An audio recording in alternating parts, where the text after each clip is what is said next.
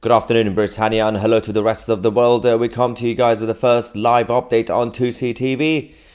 And Denmark is witnessing its own Notre Dame fire. Unfortunately, this morning the old stock exchange in Copenhagen has been set on fire.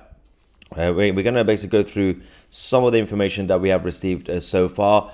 Absolutely the devastating scenes considering how old and how much of a heritage focus that building has been. And of course, we'll have some videos as well for you guys. But we do have a lot to talk about on 2CTV today. As we speak, we've got the National Conservatism Conference has now been shut down by the police. Conference led by Nigel Farage and Suella Braverman. We're going to talk about that after this. We're also going to talk about the Israel-Iran escalation as the Iranians have decided to move their air defense system into the capital as they are afraid that Israel might hit Tehran. But first things first, let's talk about Copenhagen.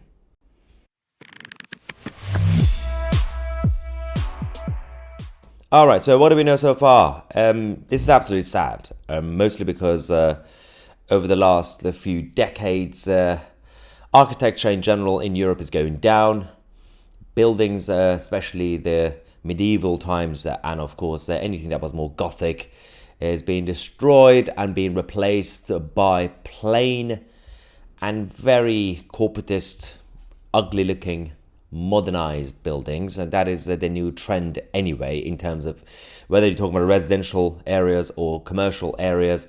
There's still a few good historic buildings left, churches and all those, but of course they're all going down one by one. This morning we are talking about what's happened in Copenhagen. The old stock exchange is placed right next to the Ministry of Finance and the Danish Parliament, in case you don't know, in the center of the capital. And the construction did not go too well. We don't know so far why the fire has occurred. Of course, the authorities are going to be doing their investigation over the next few days, but I wouldn't be surprised if it's a similar situation as Notre Dame in Paris, but we'll find out. Let's go to some of the videos that we have for you guys so far.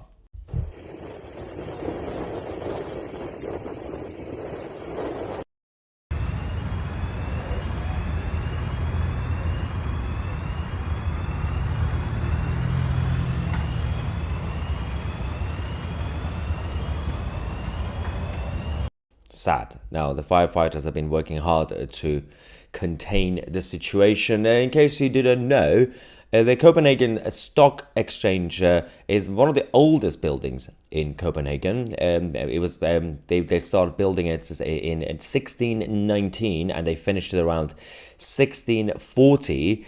The spire that also went down today, and we're going to show you that video as well. I think we have the clip of that as well, was actually added in 1625 during the reign of King Christian IV. It is obviously known for the spire that unfortunately has been destroyed. Again, there's similarities between this and the Notre Dame building is sadly very accurate. Now, the building is a prime example of Dutch Renaissance architecture in Denmark. And of course, the whole thing has been iconic, obviously bringing in the nostalgia of the Danish Empire.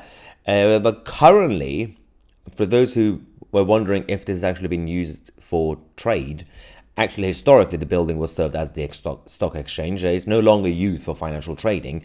Today it's primarily used for office space and of course the hosting various business events. But culturally this matters because it's not just a building, it's a landmark and a key piece of Copenhagen's architecture heritage. Now, the sad truth, and I'm going to get your reaction in the live chat as well, is, as I said, we've gone a little bit complacent in Western Europe in general when it comes to paying attention to our culture and our heritage. And of course, paying attention to art. Back then when they used to build buildings and anything, or monuments, landmarks, whatever, there was a bit of passion involved.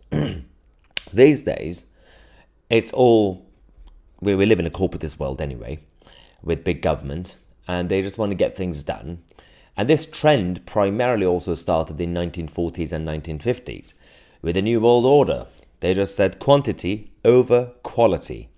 This is why if you come, for example, to central London or central Paris, you can still see the element of the old cities. And this is not really just a random rant about random nostalgia. It's not just about looking back in history. It's about knowing what we had back in the days, knowing where the nation came from, each one of our nations, Denmark, England, and other places. And the focus should be on the attention to details that they had, the passion that they had for their work, for their neighborhoods, for their cities, for their country. These days, doesn't really work. Everywhere you go, it looks primarily identical. If you go to just away outside of central London, outside of central Paris, Tokyo, New York, anywhere, and if someone just closes your eyes and just open your eyes and just place you in one of those places, you might not be able, and you look at a building, a skyscraper, you might not be able to tell where you are because they're all the same. There is no identity, there's no character. And when you have these sort of things happening, it's sad. Now, in Paris, they managed to rebuild it again to an extent, right? They decided to make it as close as possible. But why can't we have that attitude with everything? Whether you're building a church, whether you're building an office space, or whether you're building a residential area. All cities look the same now. That's not a good thing. But that is also part of the mentality that's been spread around over the last century. When we talk about the globalized world, when we talk about the globalist agenda, or whatever you want to call it, it's hardwired. They want everything to look the same, everyone to look the same, everybody to be mixed. And eventually, you won't need to have borders or flags, right? That's the idea. In order to, instead of helping, for example, the third world to become better, they'll bring in the third world here, so we come down, and then that way you can have equality. Instead of bringing the third world up, bringing us down, that's the socialist mentality, which has now been evolved into what we call globalist mentality. Even though the globalists claim to be capitalists, in reality they're corporatists. They don't really believe in actual free market capitalism. This is where we are now. They don't care about our heritage, they don't care about our history, they don't care about our own national identities. When I say I'm a nationalist when it comes to Britain, it's because I also support nationalists in Denmark, nationalists in Israel, in Australia, in the United States. That's the whole point of it. We should all stay together by being united for our own tribes. And that way we can actually protect what we have and our civilization and our values. It's all going away, unfortunately. Hello says, modern building design is a different result of a French architect in 1950 who pushed the idea of simplifying and reducing overindulgent. Yep, France, stick to cooking. I mean, to be fair, while France has given us a lot of good things, especially a few centuries ago, in terms of ideas, in terms of even the political structure, they've also gave us some bad stuff, including the complacency of liberal secular societies as well, let alone architecture. Judy says, thank you for always being first with real news. Very credible channel. Love it. Thank you very much for the support. Cannot help wondering what was in the building they wanted destroyed. I mean, when it came to what happened in Paris, that was arson, right? They never actually told the truth about, insurance money or whatever they were talking about. But I don't think we're going to find this out. Michael says, this is no accident. This is by demonic design.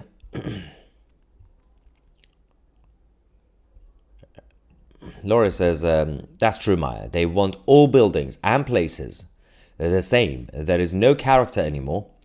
It's turning into a third world country. Even the drawings of buildings What a mess. So sad to see. So, for example, this is a really weird example to say and kind of comparison. But I think this is also about us as people, as individuals, just societies in general. Because one is about the state and the institutions building things, for example, like compare what we used to build when we had William Gladstone, for example, as Prime Minister those days compared to now. But it's also about individuals, which is the product of terrible education system and societies being mixed. This is a terrible example, but here it is. Back in the day, we had more, let's just say, amateur artists centuries ago who used to do, for back then, they still called it modern art, basically. They didn't call it modern art, but it was modern art. They used to paint on walls outside on the streets, right? Now we have graffitis with sprays and all this. Now, you look at some of them and you say, well, I can see there is a bit of talent here. Most of it is just rubbish anyway. But it's just quantity over quality. Firstly, it's vandalism, don't do it. Secondly, it is absolutely disgusting how everything, the standards of humanity is going down. There's no passion. Because the world that we live in, run by basically the mentality that's been created the last few decades, is also making us more distracted with basic materialism, but also busy and stressed with the cost of living and all that. Back in the day, we had poverty, huge, more poverty than now. We have less poverty now. Education is higher, prosperity is higher in comparison to a few centuries ago. But why was it that values were higher back then? Family values, marriages, babies were being created. You had people who actually cared about their heritage. The streets were cleaner. You still had a good attitude. And I'm still talking about the general middle classes. So the general middle classes a few centuries ago were still poorer than now. And I'm not just talking about in terms of the inflation. Just generally speaking, the standards of living. The sort of stuff that we have access to right now, they could have dreamed. Even people like, for example, Henry VIII. He was king. But some of us have access to more stuff and power and information that King Henry VIII had. But the values were better back then. Communists and Marxists didn't go anywhere. They just evolved into something else.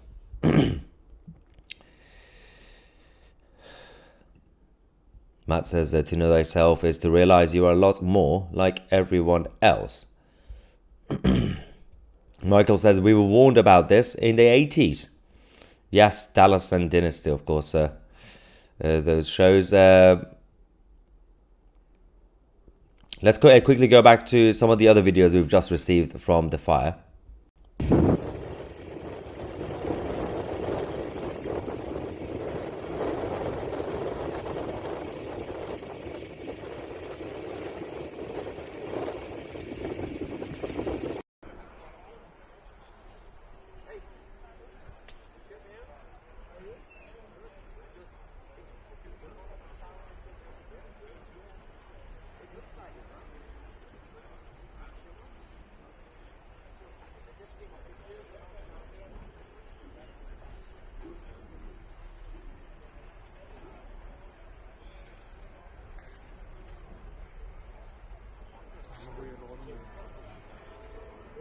Så, nu kommer det.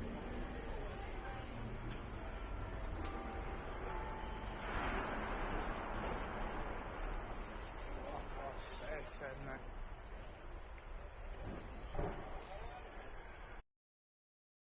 Absolutely sad, devastating news from Copenhagen this morning. Let's have a look at some of the other stuff. Andy says Baltic Exchange was a cathedral like a structure that was, of course, destroyed by the IRA in London.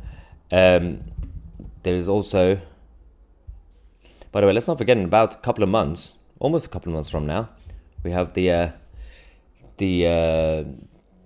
Constitution Day in Denmark as well, which they were going to be doing ceremonies around the building as well. Which is basically the national day in Denmark, but unfortunately that has to be, well, changed now, relatively. An alternative contrarian says, I couldn't give a turd about the race and never have. It's about ideology that causes problem. So yes, I agree, but it goes beyond ideology as well. Ideology and worldview. And that is a point, because we do live in a globalized world. So you would still think, compared to 500 years ago, because we see more people than before. Even on the internet, you can see videos from, I don't know, Thailand or South Korea or Nigeria. So we think we're closer. We think the world is smaller, right? But there are still tribes, there are still countries and cultures and nations across the world that are different. Different standards, different cultures, different levels of so-called human rights. So ideology, that goes when it causes problems. That is basically people with a very proactive vision, whether it's the Islamic world or the communists or whatever. But there's also the worldview that clashes with the other worldviews. If you have a worldview, for example, like the Taliban style worldview in Afghanistan, that you believe that the world is better if you control women and you're helping them. By controlling women, you're saving them from themselves. You will, even if you don't have the ideology to spread it around, hypothetically speaking, even if you don't want the whole world to be like that, you just want your own country to be like that.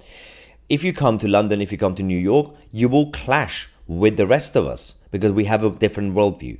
And that's why a lot of people can't integrate. Not every single Islamic person or people from the Middle East want to turn the UK into the third world. Some do, a lot of people do, but not everyone. Some of them are just, because they have a different worldview, they will feel uncomfortable just walking around seeing pubs and McDonald's with bacon and beer.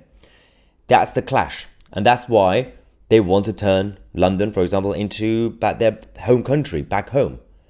It's a clash of, it goes beyond culture. It's a worldview, which is a big problem, by the way.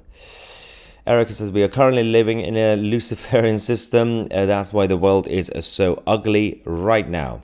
And Timothy says, we took pride in our work, regardless of money. Absolutely. Everyone pulled together and skills were learned. Today, no one cares.